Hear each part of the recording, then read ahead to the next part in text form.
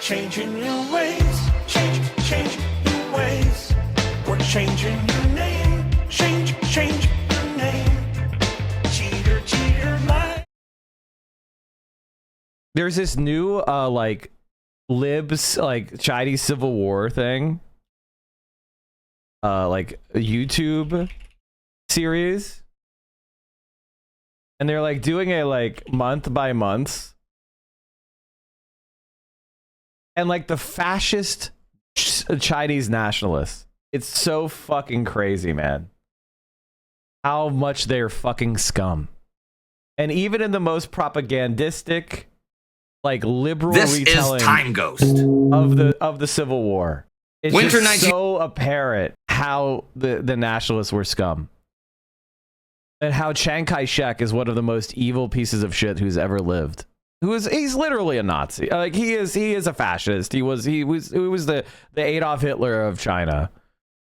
And Americans pretend Americans pretend he's good or something. This guy was a fucking rabid dog. Manchuria, but Chiang is determined to hold on. Chiang thus lost his last chance to save what was left of the armies he had committed to the takeover of Manchuria. By mid-1948, the power balance there had shifted irreversibly against him. The communists now claimed to have 700,000 regular troops in the region, plus 330,000 local or second-line forces, and 1.6 million civilian support workers. The government's increasingly demoralized troops numbered only about 450,000 with no effective second-line replacements. Mao will soon give the order to finish off the nationalists in Manchuria. But first, the communists wrap up some unfinished business elsewhere. The East China Field Army finally takes almost all of Shandong province by mid-1948, leaving the government in control of just a few isolated strongpoints. Over the coming months, the communists also take much of southern Shaanxi, including the cities of Luoyang and Linfen. A few months later, Mao's forces lay siege to the provincial capital Jinan, which they captured towards the end of September, although Chiang does retain control of the port of Qingdao, for now at least. Against all American advice, Chiang refuses to evacuate his troops from Jinan until it is far too late. And in the end, the nationalist soldiers garrisoned there are so demoralized that most of them simply defect or surrender without much of a fight. By the time Jinan falls, the communists have linked up their territory in the provinces of Shaanxi, Chahar, Hubei, Shandong, and Henan into one block. And Mao declares a unified North China People's Government in August 1948 with its capital at Shijiazhuang. With that done, Lin Biao launches his 8th offensive in Manchuria in September. This is the Liaoshen campaign, named after the Manchurian province of Liaoning and its capital city, Shenyang. The communists have already been applying a lot of pressure to Shenyang and Changchun and are close to completely cutting them off from the outside world. In order to do so, Lin goes after the air and rail transport hub at Jinzhou, which the nationalists have been using to supply the two larger cities. On September 12th, he launches his attack, catching the government forces by surprise and isolating Jinzhou within about 2 weeks. Communist artillery... Now, this entire time, nationalist China is getting massive military aid from the United States. We're talking about tanks, artillery, planes, warships, massive military advisors, money. Like, just absolutely a cascade of supplies and cash and money for Chiang Kai-shek. Proves highly effective, and they soon have the nationalist airfield locked down, starving the defenders of food and ammunition. Then, the Red Army breaks through the outer defenses and fights its way through, street by street, house by house, until they force the nationalists to surrender October 16th. 500 kilometers to the northeast, Lin has ordered his commanders to turn the besieged city of Changchun into a city of death, right? Over the summer, civilians survive on insects, grass, and even resort to cannibalism. By autumn, they've stripped the city for firewood. Those who try to leave have their valuables, gold, silver, cooking pots, salt, confiscated by nationalist sentries. They then become Roman deserters, hoping to reach the communist lines. But Lin's troops fire on them, and when they turn back, the Nationalists refuse re-entry. Tens of thousands of people are left to die in the no man's land between the two armies. With no hope left, Chiang orders General Zhang Dongguo to attempt a breakout to Shenyang October 16th. But Zhang's position collapses when his 60th Army refuses to leave, turns its gun on his 7th Army, and surrenders the city to the communists. Mao accepts all defectors into the Red Army, allowing officers to keep their ranks. Total casualties are somewhere in the region of 150,000 to 250,000, including perhaps 150,000 civilians who die of starvation. The scale of death here at Changchun will remain mostly hidden for over half a century. Breaking the timeline of it here, but in 1989, a book will be published called White Snow, Red Blood, in which a communist colonel named Zhang Zhenglong compares the scale of death at Changchun to the atomic bombing of Hiroshima. He also reveals that, as well as death from starvation, the communist forces deliberately massacred thousands of civilians after the siege. Zhang's book will be suppressed.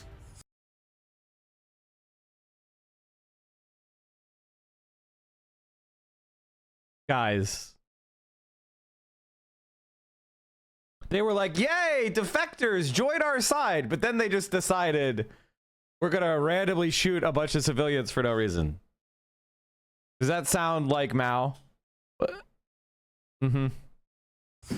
But all the censorship in the world cannot hide the grim truth that lies buried beneath the earth. When workers in Changchun started digging trenches for a new irrigation system in the summer of 2006, they made a gruesome discovery. Guys, who do you think killed all the civilians? The nationalist forces that he just said were stealing every single piece of valuables from the civilians? Or was it the rich black soil whose entire existence depended on the goodwill of the peasants? Clogged with human remains. Below a meter of earth were thousands of skeletons closely packed together. When they dug deeper, the workers found several more layers of bones, stacked up like firewood. A crowd of local residents gathered around the excavated area was taken aback by the sheer size. Like, the Civil War of China was fucking horrible. But even if you are like anti-Chinese Communist Party, everybody knows that this KMT was the bad guy. We're the bad guys. Like, everybody acknowledges it now. Like, when you study the Chinese Civil War, everyone kind of acknowledges they were the bad guys. Of the burial site. Some thought that the bodies belonged to victims of the Japanese occupation during the Second World War. Nobody, except an elderly man, realized they had just stumbled on remnants of the Civil War. Lin's next target is Shenyang. Here, the pre-war population of 1.2 million has swelled to 4 million thanks to a refugee influx, and conditions are nearly as bad as in Changchun. Chiang Kai-shek's own orders have crippled the city's defenses. In early October, he sent about half of the 200,000 strong garrison in a failed attempt to reach the besieged troops in Jinjiao. As these troops tried to return, they were ambushed and largely destroyed by Lin Biao. That means that Lin's 300,000 troops faced just 100,000 or so nationalist defenders at Shenyang.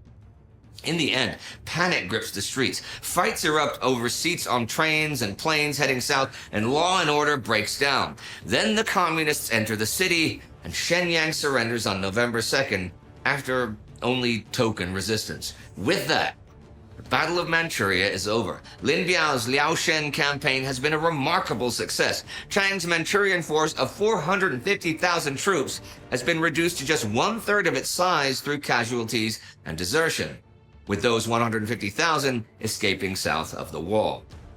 Mao now controls Manchuria with its huge industrial potential, fertile land, and vast pool of potential recruits. It is Mao Zedong who has won the first great victory of the Chinese Civil War. Before moving to the next campaign, it's worth stepping away from the battlefield. By late 1948, Chiang isn't just losing the war, he's also losing on the home front. Chiang is This is very important. You have to understand that the fascist nationalists that the United States supported were criminals. They were also a drug cartel. You know, the KMT basically was partially supporting itself from the heroin trade. Like, you have to understand that these guys are pure fucking evil, and the fact that that anybody even tries to there's no reclaiming the KMT were legitimately Nazis. They were most ideologically aligned with Nazi Party of Germany, and the only reason they weren't allies of the Nazi Party is because the Nazis switched sides to the Japanese during World War II. Prior to switching sides, they were allies with this KMT. Elected as president of the Republic by the National Assembly in April 48. And one of his first big decisions is to try and get a grip on the hyperinflation that has been impoverishing the Chinese people since the early 1940s. The situation is now so bad that Chinese paper mills actually make a profit by pulping the worthless banknotes. In July 1948, Chiang gets together with one of his economic advisors, TV Soong, to discuss a plan of action. Soong is not just any old advisor, by the way. He's also one of Chiang's brothers-in-law and one of the most influential people in the government. He spent much of World War II lobbying for American support in Washington. The KMT government decides to scrap the old currency, the Fabi, and launch a new currency called the gold yuan in August 1948 at a staggering exchange rate of 3 million to 1. But public trust in the new currency is low. The government hopes a major American stabilization loan will help, but Washington is growing skeptical of backing Chiang. Some of Chiang's advisors also point out, with the budget deficit at revenue equaling just 34% of spending, there's really no point reforming the currency without reining in spending. But this doesn't happen at all. Instead, the burden is passed on to ordinary people. Using emergency powers, Chiang freezes wages and prices, bans strikes and protests. He also demands that citizens surrender any gold, silver, or foreign currency in exchange for the new yuan. This raises about just robbed the entire population of everything they had. $170 million US dollars, but is deeply unpopular and hits China very much unequally. The wealthiest people with overseas assets in Hong Kong, the US, or Switzerland, they are Do you think that guy, hey, do you think he went down with the ship? He actually died in San Francisco choking on a chicken bone at a big fancy party with a bunch of bankers. Largely unaffected. Ultimately, the reform collapses as people simply expect the yuan to follow the Fabi into worthlessness. The rich hoard gold, dollars, other valuable goods and commodities, and by October 1948, the new currency has plunged in value even faster than the old one. Shops and restaurants are closing, prices are skyrocketing, and medical supplies are unobtainable. Chiang's son, Chiang Ching-kuo, tries to enforce the policy with an iron fist in Shanghai. But even there, the reform is doomed to failure. In Shanghai, Chiang mobilized criticism against hoarders and speculators, ordered the arrest and occasional execution of delinquents, and raided warehouses and suspects' homes, all to urge public compliance. But despite this moralistic dedication and the strenuous attempts at enforcement, the gold yuan plan failed. Shanghai was, in any case, not isolated from the rest of China, and the more successful Chiang Ching-kuo was, the greater the pressure on Shanghai businesses to sell their goods elsewhere, where prices were continuing to rise. Accordingly, the city began to experience a desperate shortage of both food and manufactured goods, nor did the government hold firm to its plan. When it imposed heavy new taxes on sales of certain consumer goods, such as tobacco, shopkeepers simply closed their doors until they won permission to raise their prices. By now, Chiang Kai-shek is also dealing with a pretty significant grassroots movement that blames the nationalist government for the war and demands peace at almost any cost. This view, that Chiang and his government are to blame for the war, is pretty widely held in nationalist areas. Essentially, it holds that Chiang and the KMT brought this war on themselves thanks to their corruption, failure to reform, and their unwillingness to reach. So in other words, what he's saying here, and this is why I wanted to watch this, is the Communist Party won because the right wing in China was evil, incompetent, and corrupt, and the grassroots of the nation opposed them. A reasonable compromise with the communists. The communists had won the balance of popular opinion during the peace negotiations of 1945 and 6. There was a general belief that they had been sincere, for example, at the Political Consultative Conference in January 46, when they agreed to several compromises aimed at avoiding all-out war. The government lost credibility in this contest when the KMT's Central Executive Committee unilaterally broke a number of conference agreements a few weeks later. Finally, the most important reason for directing anti-war sentiment primarily against the government was the general assumption that the strength of the CCP was being built upon the shortcomings of the KMT. The government was held responsible for not having remedied its defects during 20 years in power. Since 1945, there have been 4 major waves of student protest here, largely backed by faculty and public intellectuals. The students demand... Which is all the shit they're trying to regulate and prevent here in the U.S. under Trump. They recognize that students and faculty are incredibly important for leading the masses, which is why they're trying to make it illegal for you to protest. Peace, an end to U.S. support for the KMT, and a shift in spending from the military to civilian needs, especially education. While there are some student groups who support the government and receive KMT funding, the most talented leaders from the top universities are firmly anti-war. The government either fails to grasp or refuses to acknowledge how deeply student sentiment, not to mention that of much of the general public, has turned against it. The KMT seems to think that by cutting off the head of the movement, sometimes quite literally, the rest will fall. Sometimes quite literally, what they mean is kill kids. By the way, chat, you'll remember from the opening video that I sometimes play on my playlist, the Internationale.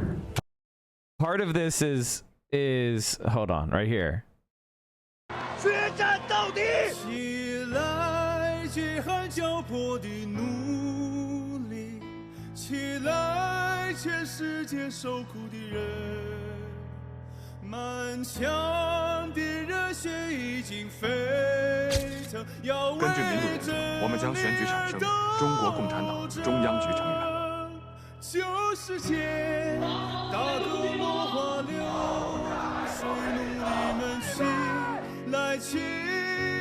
This is what he says. Sometimes quite literally, this is what he means. Sometimes quite literally,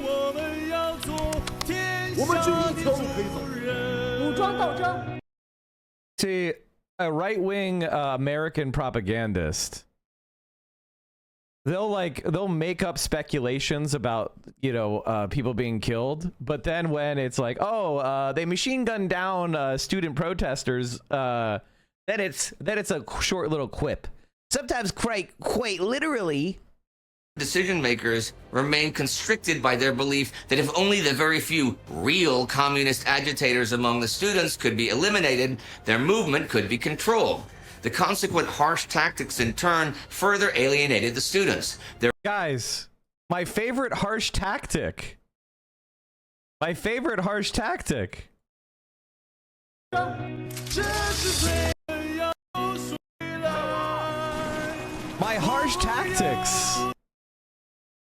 This is what we call euphemism.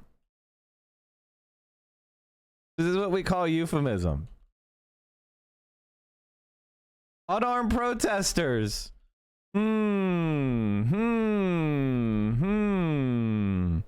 Harsh tactics, guys. Harsh tactics.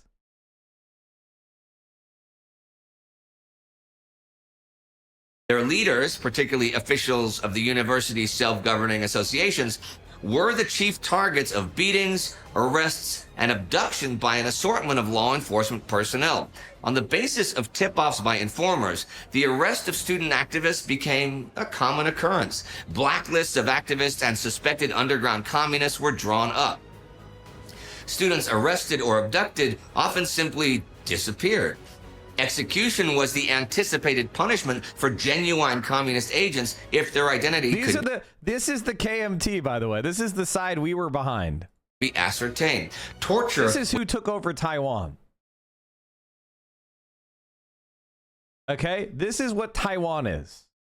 Was also a common means of extracting information.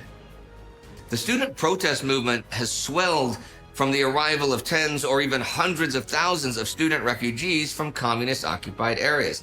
In Beijing, some 5,000 Manchurian student refugees have been left to starve on meager subsistence allowances, with many reduced to poverty, homelessness, begging, and petty crime. Seeing their futures vanishing before them, they decide to march on the Beijing Municipal Council in July 1948. Chiang's forces open fire on them from armored cars, killing 14 students and wounding over 100. All the failings of the nationalists that we've covered so far today and in the early episodes are causing a serious strain on Chiang's legitimacy. Meanwhile, Mao is getting ready to strike once more. Attention now turns to Central and Eastern China. As I mentioned earlier, Just important, whenever you're watching kind of like a history channel, you should just remind yourself what has changed and what is the same. You know, and it's like, disappearing student activists, prison camps, torture, attacking student groups, accusing them of being foreign agents or communist agents, torture. Not much has changed. Changing your ways, change your ways. We're changing your name, change